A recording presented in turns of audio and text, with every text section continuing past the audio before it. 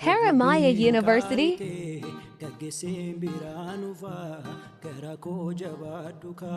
Shurubin kariti gagisim biradufa garako jabaduka walaga yali tabiftu takangibi konkolati walabdere shurubeko gerandidi tonkoyadi Shurubin kariti gagisim biradufa garako jabaduka Shurubin kariti gagisim biradufa garako jabaduka Gagisimbiranufa garako jabaduka Shurubin kariti gagisim biradufa garako jabaduka walaga yali tabiftu takangibi konkolati walabdere shurubeko gerandidi tonkoyadi Shurubin kariti gagisim biradufa garako jabaduka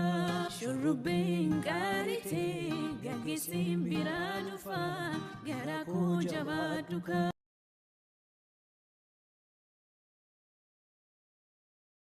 Haramaya University.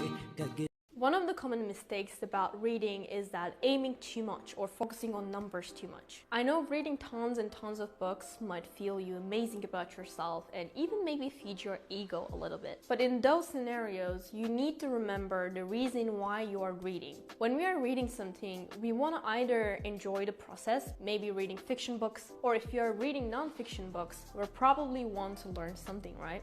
If you can read 10 books a month, and if you have time to do an effective output every single time after you read, that is amazing, like good for you. But most of us don't have time to do an effective output every single time when we read something. Because effective output actually takes quite a lot of time, and in order to absorb that information, you need to repeat that action. And those steps takes quite a lot of time. Instead of focusing on how many books you have read, focus on applying the lessons you have learned from the books to your life. So in today's video, I'm going to debunk some myths about reading. I want to share some tips and tactics to learn effective reading. So let's get started. One of the easiest way to apply the lessons from the book you have learned is creating to-do lists. The book you have learned might be the most impactful or beneficial book you have ever read, but if you're not applying those lessons into your life, to be honest, it's pretty much meaningless. So don't forget, most of us already actually know what we have to do, but the difficult part is applying those things into our life, not learning about new information. Creating a to-do list will help you with that because it actually requires you to take an action. This to-do list can be about things you have learned from the book and want to apply to your life,